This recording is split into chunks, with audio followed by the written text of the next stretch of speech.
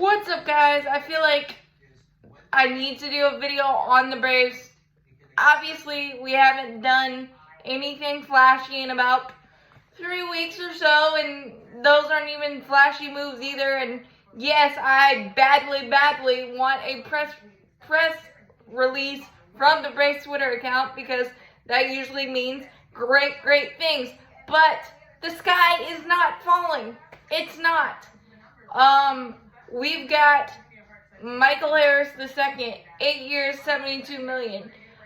Spencer Strider, 6, $75 million.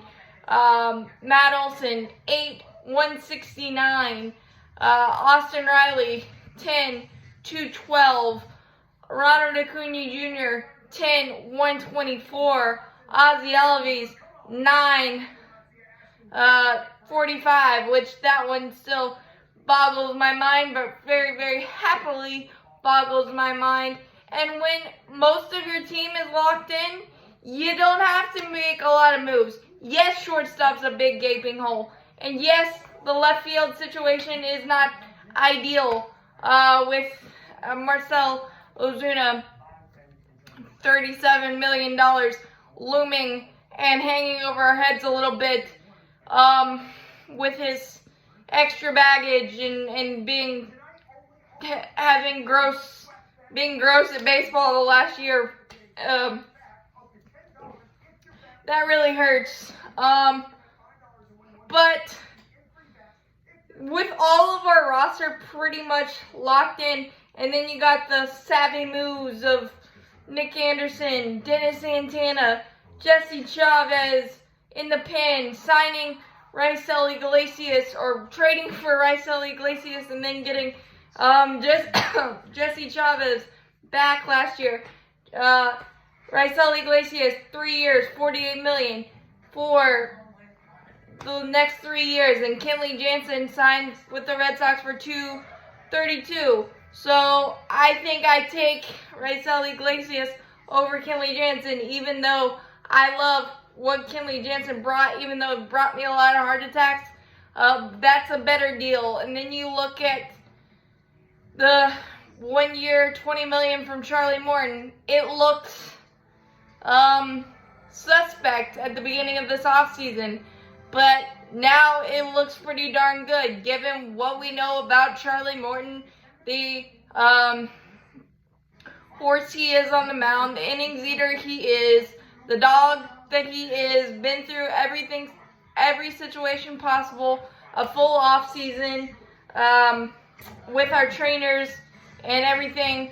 I think it's Charlie Morton. He still has the stuff. We know the track record. 120 sounds like pennies compared to, let's just say, Taijuan Walker for $72 million from the Philadelphia Phillies. I cannot wrap my head around that one.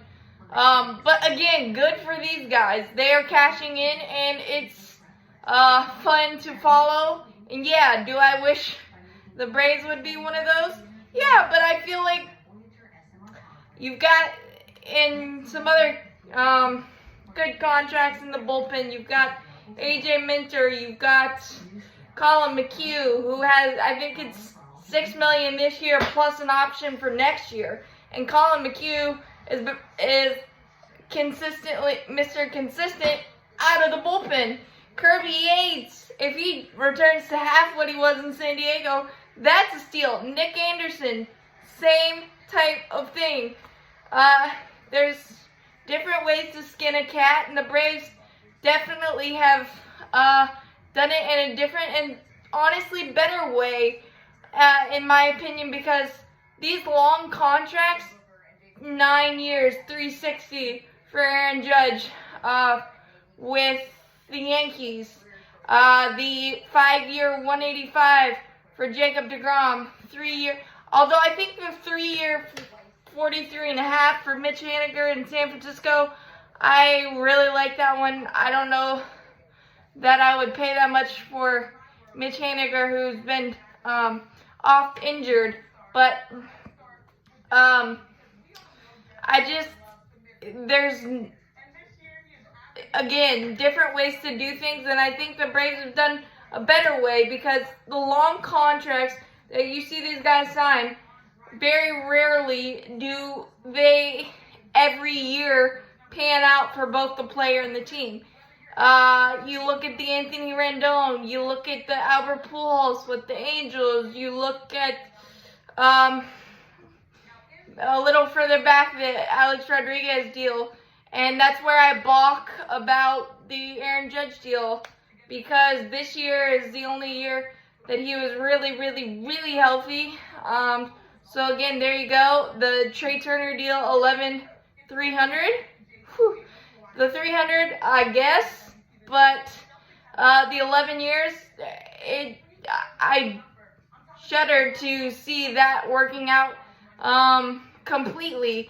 Edwin Diaz getting 100 million. I know he's the best reliever, but relievers are great one day and sometimes lose it for some spurts. You can go down the line, and Cody Bellinger getting a 1 year, $17.5 million deal. Good for him. And 1 year deals, there's really no bad 1 year deals, so I'll give that credit to the Cubs. But he looks like he has the Jason Hayward swing, where everything mechanically has to be absolutely perfect. And if it's not, I know strikeouts don't necessarily matter as much in today's game because you got so much power, but he goes on strikeout binges that are insanely gross. So what I'm telling you is the Braves might not be doing things right now, but their roster is still elite and still competitive. Yes, is there a huge hole at shortstop? And is there some question in left field with Eddie Rosario? Is he going to bounce back? And is he going to, whatever's going to happen there, because his defense leaves things to be desired. And so does Marcell Ozuna in every aspect of the game of baseball right now. But I've never, as a baseball fan, thought that long-term contracts ever completely work out. Bryce Harper may be the exception, but now he's dealing with Tommy John surgery. So you just gotta be patient, and 5 straight division titles, a World Series. I do not think Vaughn Gershom is ready at shortstop. I really don't.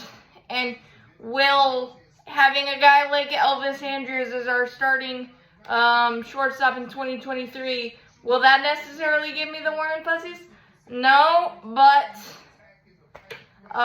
again, with these astronomical contracts and the money, I don't know what's gonna happen, but I can tell you, I will be there with bells on every single game, as always, and I feel really, really confident in what we have. Yeah, there's still some stuff to be ironed out, but until Alex Anthopoulos steers us wrong, I don't have a reason to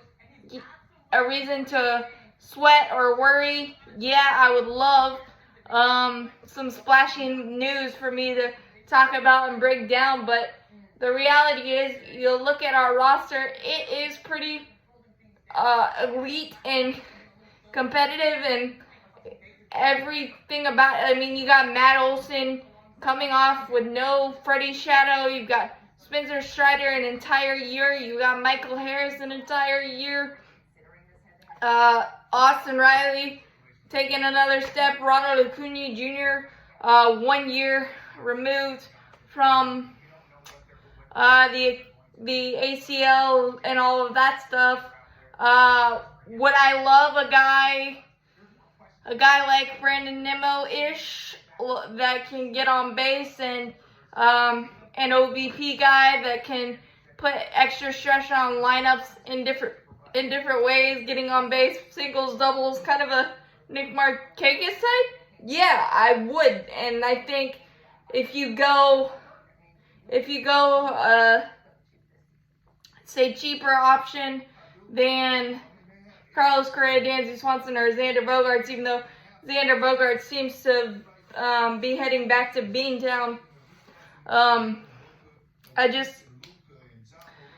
You gotta figure out left field. You've got to figure out the Marcell Ozuna of it all, and that's obvious. And I know that people are gonna blame AA because he signed it, but $465 at the time with Marcell coming off what he did for us the previous year, and there was no baggage included with that. It seemed like a gold star type of deal, and obviously backfired. And that's one of the very few deals and things that have backfired. Also, you've got William Contreras, Travis d'Arnaud, and Manny Pena right now, the most plush catching room in baseball. So I'm totally fine with where we sit right now. Is it kind of boring and annoying to see everybody get betterish? Yeah, but I feel like the Braves we're the NL East champs until somebody knocks us off, and we've been super consistent this 6-year period, and I have no reason to doubt that. Will I have some feelings if things, especially at shortstop, if things are iffy? Yeah, but I'll get over it because I'm gonna watch the Braves no matter what. And whoever has a Braves uniform on, whoever that is, I am going to cheer them as loud as I do anyone.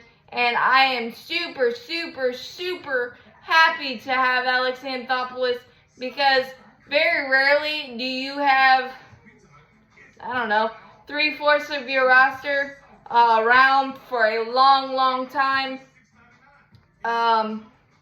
and feel confident in the numbers and the length of contracts and things of that nature, that you can just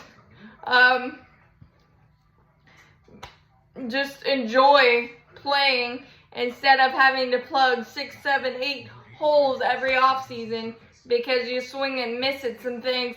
And the player development system for the Braves is second to none. Yes, is it a little barren right now? No doubt, because most of those guys are playing at the big league level for us. So I have no reason to doubt the process. You shouldn't either. I get the little bit of panic, but we know until opening day, Alex is always trying to improve. So let's not freak out right now or ever, at least until opening day, and at least give us the first month, even though we tend to get out of the gate slow, so who knows. But I'm proud to be a Braves fan, and I'm really happy about where we sit. I just wanted to come on here and kind of talk that out, because I've seen a lot of freaking out that I feel is unnecessary. I get the precedent of it, because I would love to be on here breaking so much news to you guys, but there's just different ways to do things, and I think I prefer this way to any other. So as always, go Braves, champions forever. Love you guys, and I will keep you updated on anything and everything.